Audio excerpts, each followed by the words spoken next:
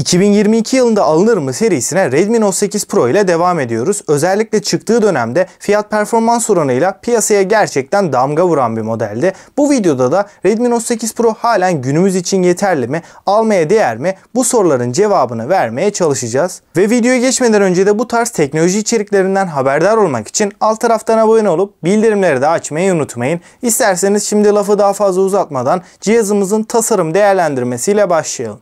Xiaomi'nin 2019 yılındaki klasik tasarım izlerini görüyoruz. Burada kamera dizilimi ana kameramız en üst kısımda olacak şekilde alt alta konumlandırılmış. Makro kameranın hemen altında da parmak izi okuyucumuz bulunuyor. Yine burada arka kapağımız kenarlardan bombeli, kavisli bir yapıya sahipken kamera modülünün çok az bir çıkıntı yaptığını da söyleyeyim. Telefonumuzun ön tarafına baktığımızda da damla çentik yapısı karşımıza çıkarken ekran çerçevelerinin biraz kalın tutulduğunu da belirtmekte fayda var. Cihazımızın malzeme yapısına da değinirsem arka kapağımızda parlak cam bir yüzey kullanılmışken çerçevelerde de plastik bir yapıyı görüyoruz. Elde tutuş hissiyatı olarak tabii ki premium hissettiren bir cihaz değil, fakat dayanıksız, kalitesiz bir his uyandıran bir cihaz olmadığını da rahatlıkla söyleyebilirim. Açıkçası cihaza arkadan baktığımızda da halen güzel gözüken ve güncel sayılabilecek bir tasarıma sahip olduğunu da söyleyebilirim. Kalınlık ve ağırlık olarak da Redmi Note 8 Pro 8.8 mm'lik kalınlığa ve 199 gramlık ağırlığa sahip. Telefonu elinize aldığınızda da çok kalın bir telefon gibi hissettirmiyor, fakat ağırlığını özellikle uzun süreli kullanımlarda net bir şekilde hissedebiliyoruz.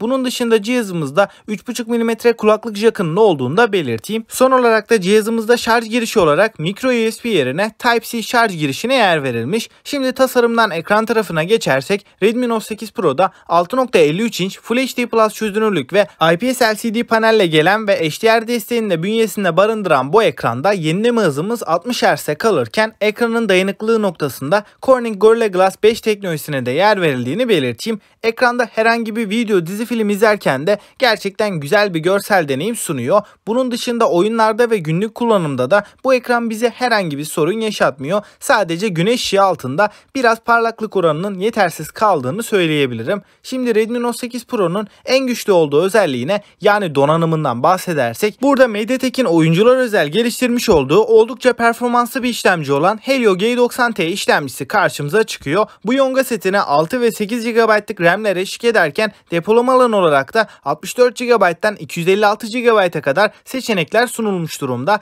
Cihazımızda depolama biçimi de UFS 2.1 olarak konumlandırılmış. UFS 2.1'de halen günümüz için okuma yazma hızlarında ve uygulamaların açılışlarında yeterli diyebilirim. Günlük kullanımda da Redmi Note 8 Pro bize herhangi bir yavaşlama, donma problemi yaşatmıyor. Bu işlemcinin en iddialı olduğu alan tabii ki oyun performansı. Bu noktada Redmi Note 8 Pro'da PUBG'de akıcı grafiklerde 60 FPS desteğini görebiliyorken bunun yanında oyun esnasında ani FPS düşüşü kalabalık ortamlarda ve patlama sahneleri haricinde çok nadir diyebilirim. Yani bu cihaz 60 FPS performansını bize net bir şekilde verebiliyor. Burada dezavantaj olarak belirtebileceğim tek nokta, özellikle 1 saate yakın veya daha fazla süreler oyun oynadığınızda telefonumuz ciddi anlamda ısınabiliyor. Bu bize bir performans düşüşü yaşatmasa da batarya tüketimini biraz hızlandırdığını belirteyim. Yani 1 saatlik bir PUBG sonrasında ortalamada %22 ile 25 arasında bir pil kaybımız oluyor. Yani dostlar, Redmi Note 8 Pro'nun performansını kısaca özetlemem gerekirse halen günümüzdeki güncel telefonları aratmayacak derecede oldukça akıcı ve performanslı bir şekilde çalışmaya devam ettiğini söyleyebilirim.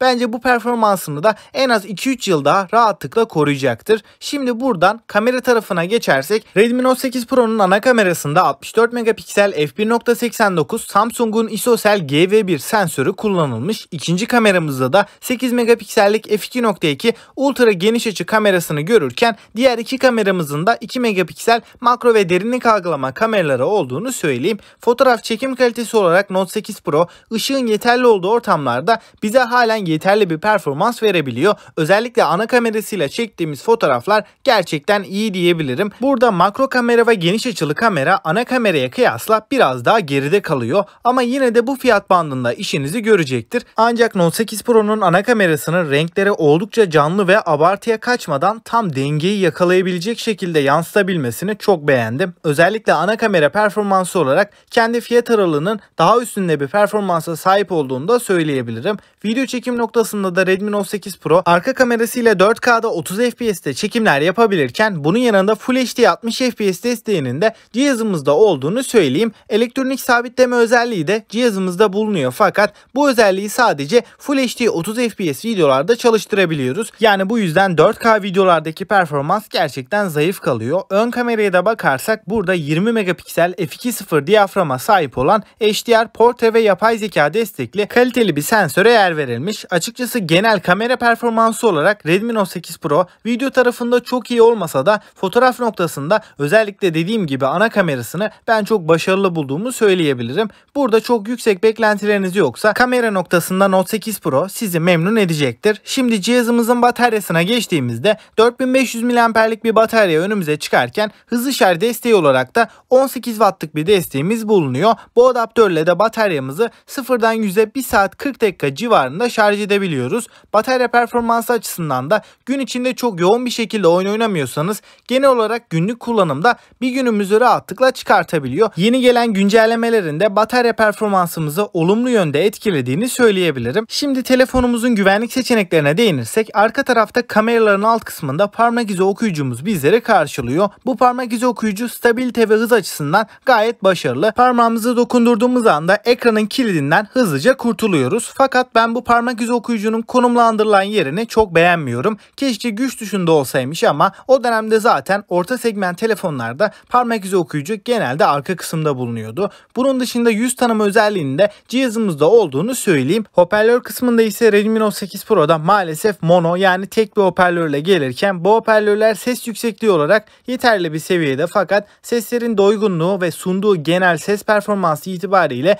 günümüz için çok yeterli değil ama yine de kötü diyebileceğim bir düzeyde değil. Yani 10 üzerinden 6'lık bir performansı var diyebilirim. Kablosuz bağlantılarda da NFC desteği, Wi-Fi 6 ve Bluetooth 5.0 teknolojisi de cihazımıza konumlandırılmış. Son olarak suya ve toza karşı dayanıklılıkta da IP52 korumasıyla olası su dökülmelerine karşı korunan Redmi Note 8 Pro Android 9'da duyurulmuştu fakat şu anda Android 11 ve MIUI 12.5 güncellemesinde aldı. Yazılım konusunda halen menüdeki akışkanlık ve uygulamalar arasında geçiş yaparken sistem uygulamalarını kullanırken de bize herhangi bir kasma donma problemi yaşatmadan hızlı seri bir şekilde tepki verebiliyor. Yani yazılım konusunda da Redmi Note 8 Pro sizi fazlasıyla memnun edecektir. Fakat burada şunu belirtmem gerekiyor. Redmi Note 8 Pro bundan sonra herhangi bir yeni Android güncellemesi ve MIUI güncellemesi de büyük ihtimalle almayacak. Yani Android 11 ve MIUI 12.5 ile cihazımızın uzun yıllar kalacağını söyleyebiliriz. Yine güvenlik güncellemeleri ara ara gelebilir fakat artık büyük güncellemeler için Redmi Note 8 Pro emekliye ayrılmış durumda.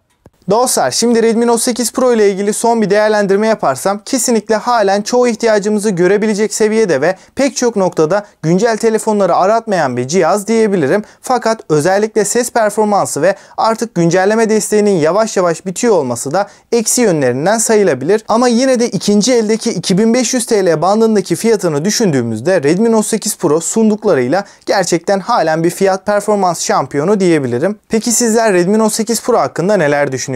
2500 TL bandında sizce alınır mı? Görüşlerinizi yorumlar kısmında bekliyorum. Ve halen kanalımıza abone değilseniz alt taraftan abone olup bildirimleri de açmayı unutmayın. Ve bir sonraki videoya kadar hoşça kalın.